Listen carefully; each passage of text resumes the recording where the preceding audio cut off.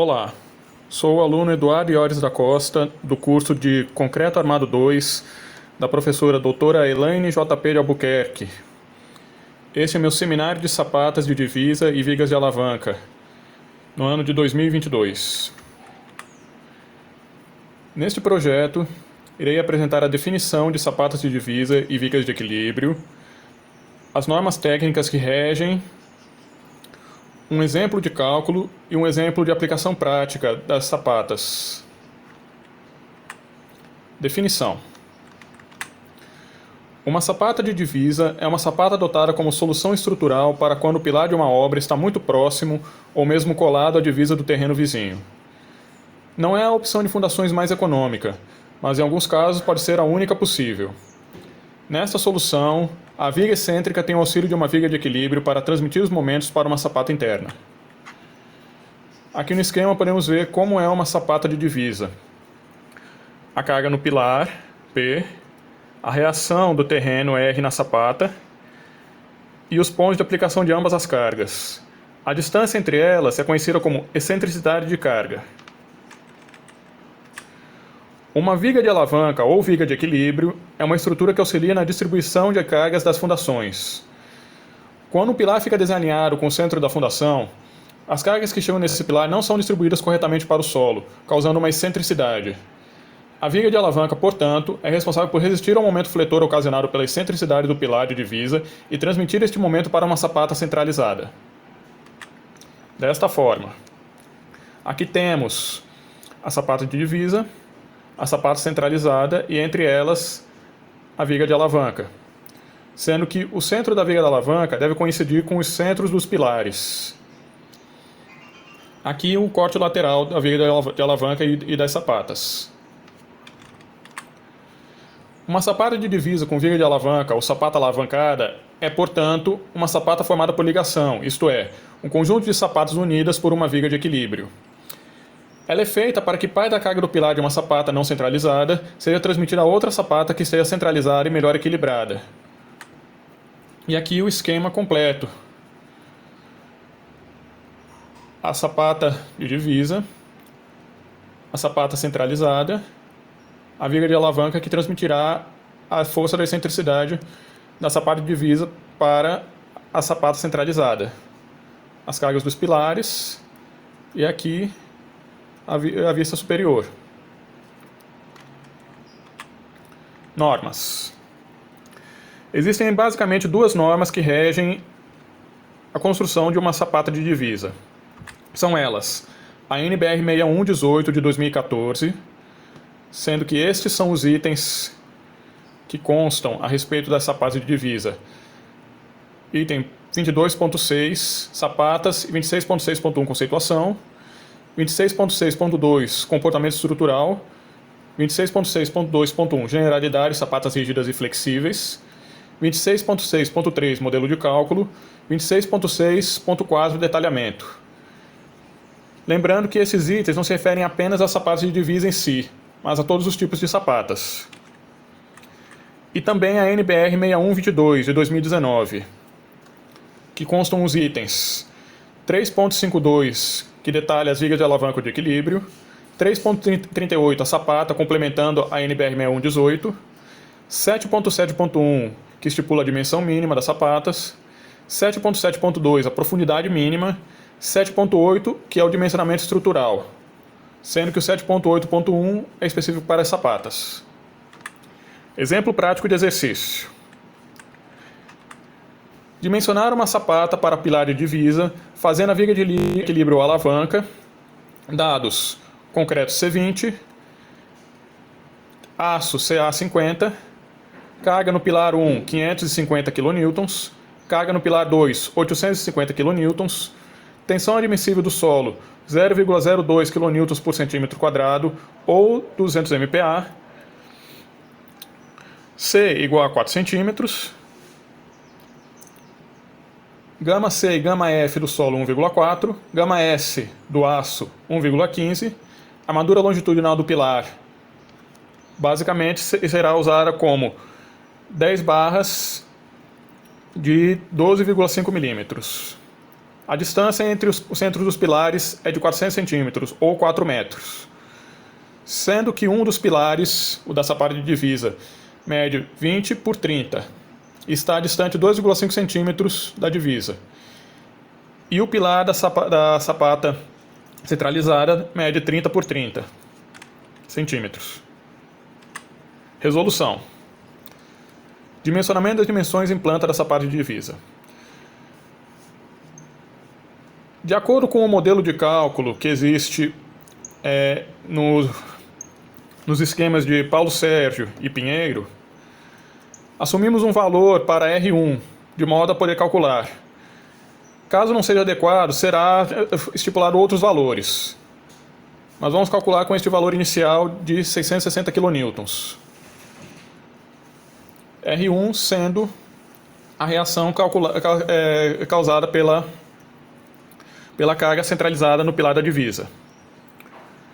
Tendo ela, calculamos então a área de apoio da sapata, estimando 10% do peso da sapata do solo sobre a sapata, majorando com 1,1. Obtemos 36,300 cm² a área da sapata de divisa. Tendo esta área calculada, podemos calcular o lado B1, ou seja, o lado menor da sapata, 134,7 centímetros. De acordo com a norma, arredondamos para cima para o múltiplo de 5 mais próximo, neste caso 135 centímetros. Excentricidade. Assumindo que a superfície da sapata está na divisa, a excentricidade calculada é de 50 centímetros, lembrando que a distância entre a sapata e a divisa é de 2,5 centímetros, como determinado no esquema original. Cálculo de R1 duas linhas. Este cálculo leva em consideração a excentricidade, que obtemos 628,6 kN. Comparando o R1 linha e o R1 duas linhas que calculamos antes, R1 linha é diferente de R1 duas linhas. Tendo a verificação de tolerância, nós descobrimos que o melhor é utilizar o valor de R1 duas linhas. Assim, calculamos a área da base da sapata da divisa utilizando o valor de R1 duas linhas, sendo que a área é 34,373 cm². Fazendo o B1 igual ao B1 linha, que calculamos antes, podemos calcular então o comprimento da área da base da sapata, comprimento A1. Dividindo a área calculada agora de 34.573 cm² pela largura 135 cm, obtemos o valor de A1 igual a 260 cm, arredondado para cima novamente. A norma estipula que a relação entre o lado maior e o lado menor da sapata deve estar entre 2 e 2,5. Então, dividindo 260 por 135, obtemos 1,93. Mas para o princípio de cálculo, vamos estipular 2 como resultado. Portanto, a sapata está de acordo com a norma. Calcularemos agora os esforços máximos na viga de alavanca. Esforço solicitado na seção X igual a BP1.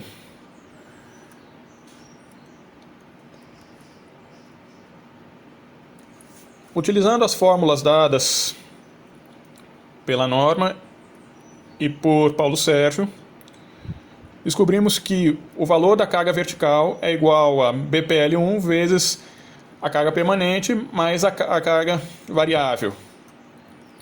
Com o valor de R1 igual a 628,6 que calculamos antes, nós descobrimos que o valor da carga é igual a 4,656 kN por centímetro e da carga permanente 18,33 kN, considerando a carga sobre o pilar. Assim, descobrimos que a carga vertical é igual a menos 410,3 kN e o momento gerado é igual a menos 6,105 kN vezes centímetros. Corrigindo, menos 6.155 kN vezes centímetros. A carga vertical e o momento. Calculamos então V2L e M2L na seção x igual a B1. Obtemos então 78,6 kN e obtemos a distância máxima, levando em consideração a carga, a distância BP1 do pilar até o centro de gravidade e a carga permanente. Portanto, a distância máxima de carga será 118,1 centímetros, onde obteremos o momento máximo, que calculando obtemos como menos 24.234 kN por centímetro. Em seguida calculamos o momento M2L, que é o momento pós a tensão máxima, e obtemos menos 23.571 kN vezes centímetro. Todos esses dados serão necessários para o detalhamento da armadura do pilar. E aqui temos os diagramas e esforços solicitantes na viga de equilíbrio, de acordo com o que calculamos antes. As cargas permanente variável, a distância máxima do momento, as forças verticais máximas e o momento máximo. Largura da viga de alavanca. A largura da viga de alavanca deve ser maior do que a largura do menor do pilar mais 5 centímetros. Obtemos então 25 centímetros.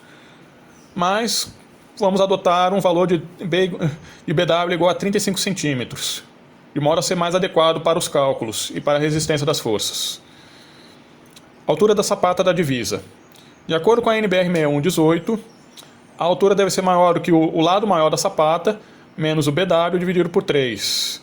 Obtemos então igual a 75 centímetros. A altura da sapata.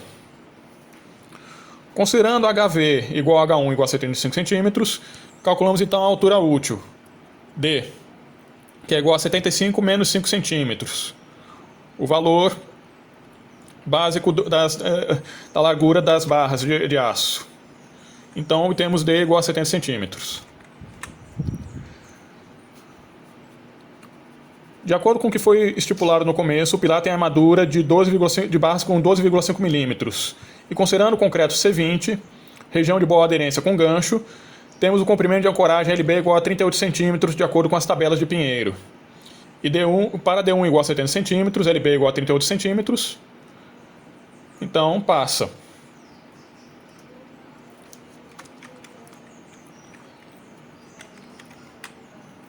Dimensionamento da viga de alavanca. A armadura longitudinal superior da viga de alavanca na região da sapata de divisa pode ser calculada fazendo-se a analogia da viga com um consolo curto, ou segundo a teoria de viga fletida.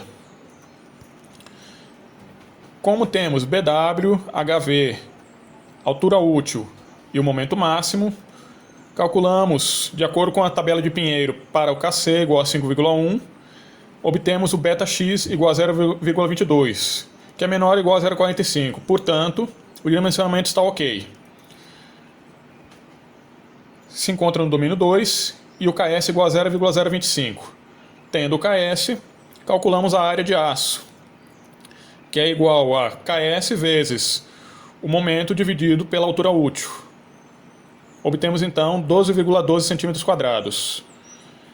E pela tabela de áreas de aço, obtemos 6 barras de 16 milímetros para 12 cm², arredondado.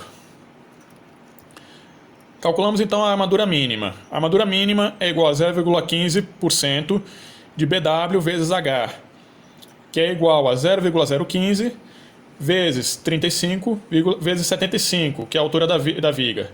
Obtemos então 3,94 centímetros. Assim, como a S é igual a 12,12 centímetros, ou seja, maior do que a armadura mínima, o dimensionamento está ok. Como a armadura calculada não é muito grande, ela pode ser estendida até o pilar P2 sem corte. No caso de armaduras grandes, a armadura calculada não é muito... Para um detalhamento mais econômico, pode-se fazer o cobrimento de diagrama de momentos fletores, diminuindo o número de barras em direção ou nas proximidades do pilar interno P2. Para a armadura longitudinal inferior, pode-se adotar como sugestão a armadura mínima. E assim obtemos, pela tabela, 2 barras de 16 ou 5 barras de 10 milímetros. para 4 centímetros quadrados de aço, considerando, é claro, o valor de 3,94 centímetros quadrados para a armadura mínima. Armadura transversal.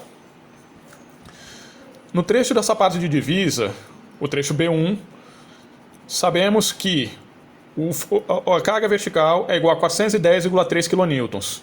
Portanto, o VSD será 1,4 vezes 410, igual a 574,4 kN. Para cálculo da área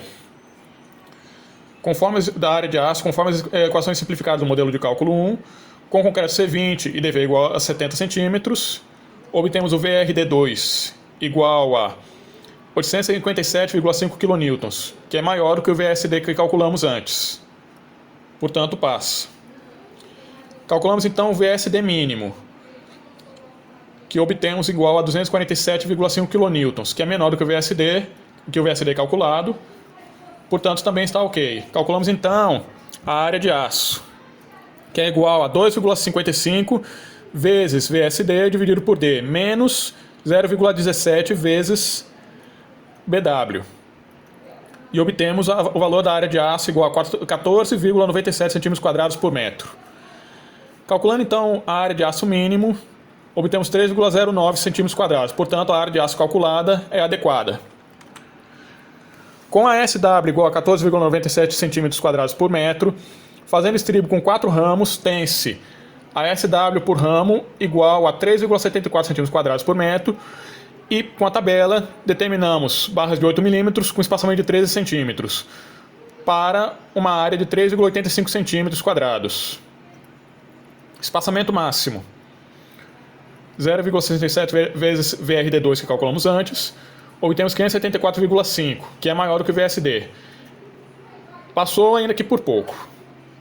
Calculamos então o espaço, obtendo 42 cm², que é menor do que 30 cm, que seria o espaço máximo igual a 30 cm.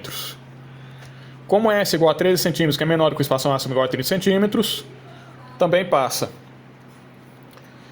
Determinamos então ST para o valor de D e obtemos igual a 42 centímetros, portanto o ST máximo será igual a 35 centímetros, conforme calculamos antes. No trecho da viga coincidente com a sapata de divisa B1, convém colocar a armadura calculada para a força cortante máxima da largura B1. No trecho além da sapata de divisa, a armadura transversal deve ser calculada para a menor seção transversal, suposta 35 por 40 na união com a sapata 2, que se refere ao pilar interno. Obtemos então os valores de VSD igual a 110 kN, altura útil de 35 cm, VRD2 igual a 428 kN, que é maior do que o VSD calculado, VSD mínimo igual a 123 kN, portanto usamos a área mínima de aço, que calculamos desta forma, obtendo 3,09 cm² por metro. Na tabela tem esse estribo de 6,3 mm de diâmetro com 20 cm de espaçamento para 1,58 cm² a área, com 2 ramos. E obtemos então o valor de 287,3, que é maior do que o VSD. Assim, S deve ser menor ou igual a 0,6 vezes D, que é menor ou igual a 30 cm. O S máximo igual a 21 cm.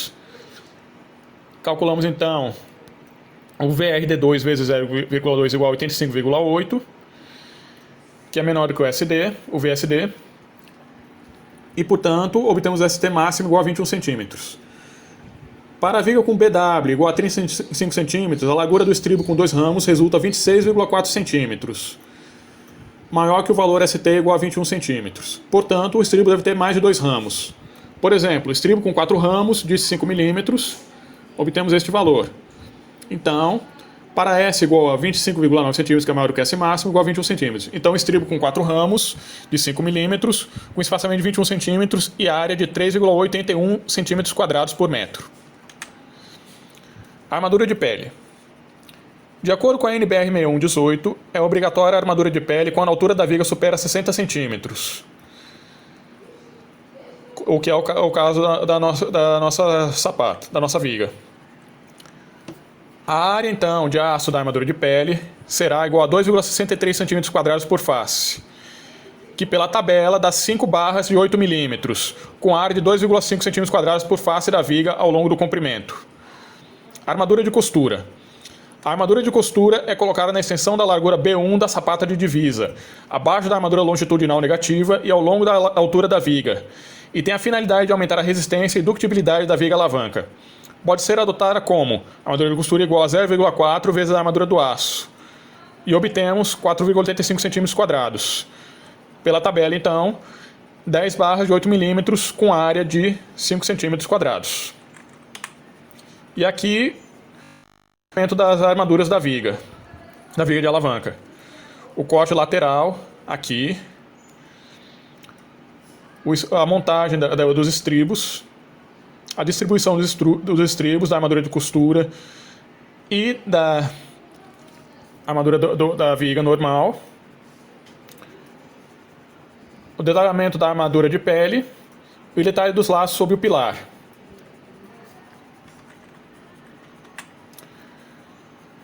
Mostrarei agora como é feito o exemplo prático de execução da montagem de uma viga de divisa, de uma sapata de divisa com viga de equilíbrio.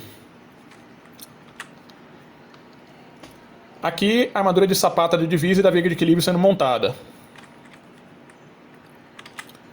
Aqui a armadura de sapata centralizada com a viga de equilíbrio já ligada entre as duas sapatas.